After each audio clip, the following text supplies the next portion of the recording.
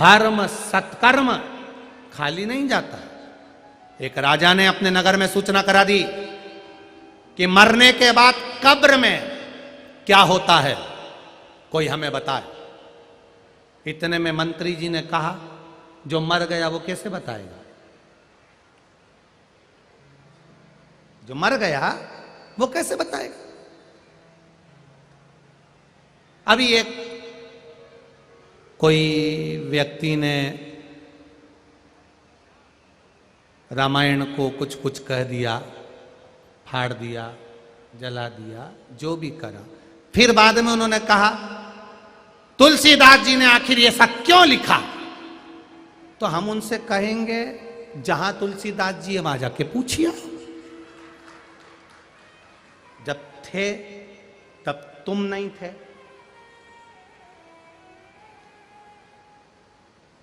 भाई, जिसने माता का दूध पिया होता है वो रामायण को पढ़ता है, जिसने थैली और डब्बे का पुआ होता है वो रामायण के पन्ने को फाड़ता है। माता का दूध पीने वाला संस्कारित बच्चा कभी रामायण का पर्चा नहीं फाड़ेगा।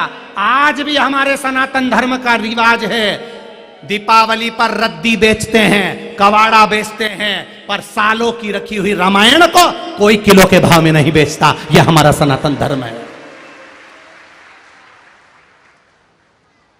कोई बरहनपुर में जो किलो के भाव में रामायण को बेचता हो?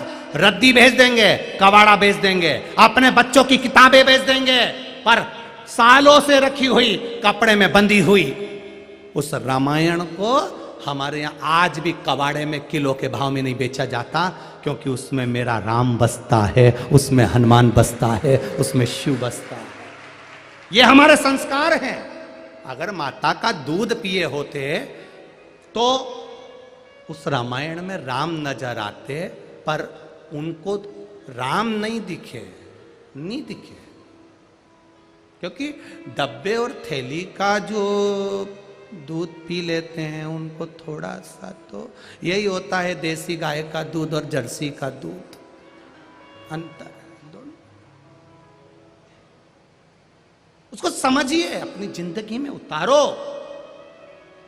रामायण फाड़ने का विषय नहीं, रामायण पढ़ने का विषय है।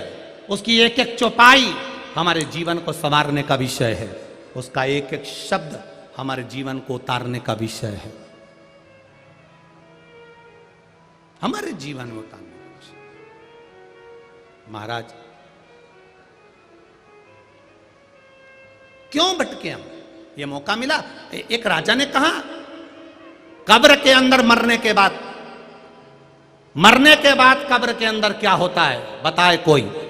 मंत्री ने कहा जो मर गया वो कैसे आके बताएगा? राजा ने कहा कोई को पूरे नगर में डोंडी पिटवाओ कि कब्र के अंदर मरने के बाद क्या होता है बताया जाए।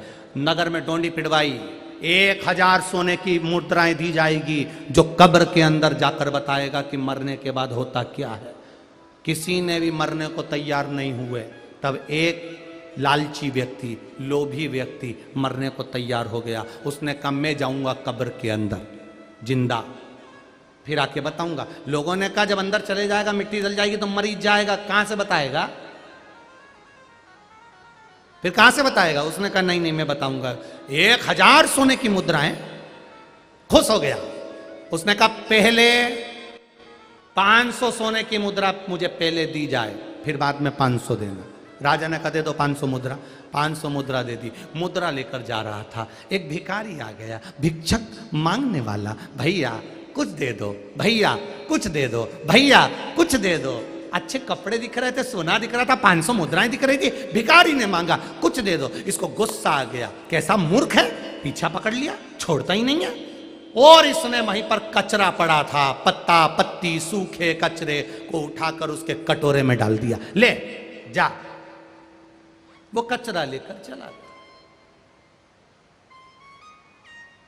कचरा लेकर गया।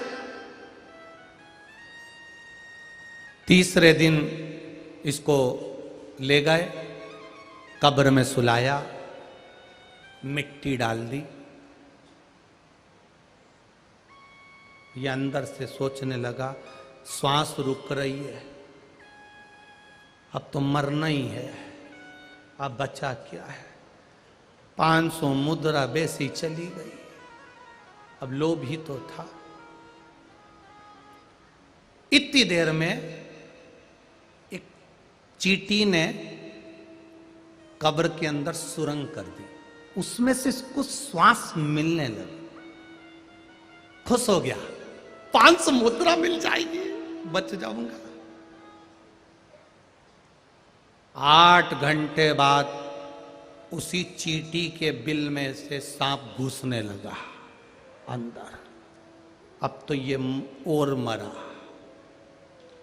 ऊपर दिख रहा सांप आ रहा, मरा, डसेगा, अंदर आके बैठ जाएगा, घबराने लगा।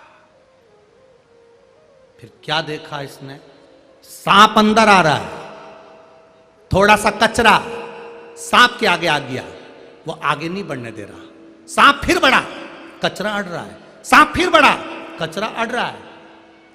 3 दिन निकल गए, इसको बाहर निकाला।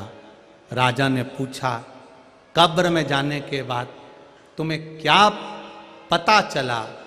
उस लोभी व्यक्ति ने कहा, कब्र में जाने के बाद एक ही चीज पता चली, जो जीते जी अपन ने दान दिया था वो अंत समय में काम आ जाता है। कचरा दान दिया था तो कचरा मेरे आड़े आ गया। सुन लो रे बरहानपुर वालों जरा अच्छे से, सरसों का तेल डाल के कानों में, तुम जो दान दोगे वो तुमको प्राप्त होगा। एक गिलास पानी ये आए हुए शिव भक्तों को पिलाया है तो मरते समय गंगा मैया तुम्हारे मुख में आकर बैठ जाए। एक अन्न का दाना इन आए हुए शिव भक्तों को खिलाया है तो वो अन्न का दाना तुम्हारे मुख में तुलसी का दल बनकर बैठ जाएगा। ये साधारण नहीं है, सारे दान पुण्य तुम्हारे मरते समय समाप्त हो जाएंगे, पर शंकर का किया गया दान पुण्य भजन संकीर्तन कभी समाप्त नहीं होता।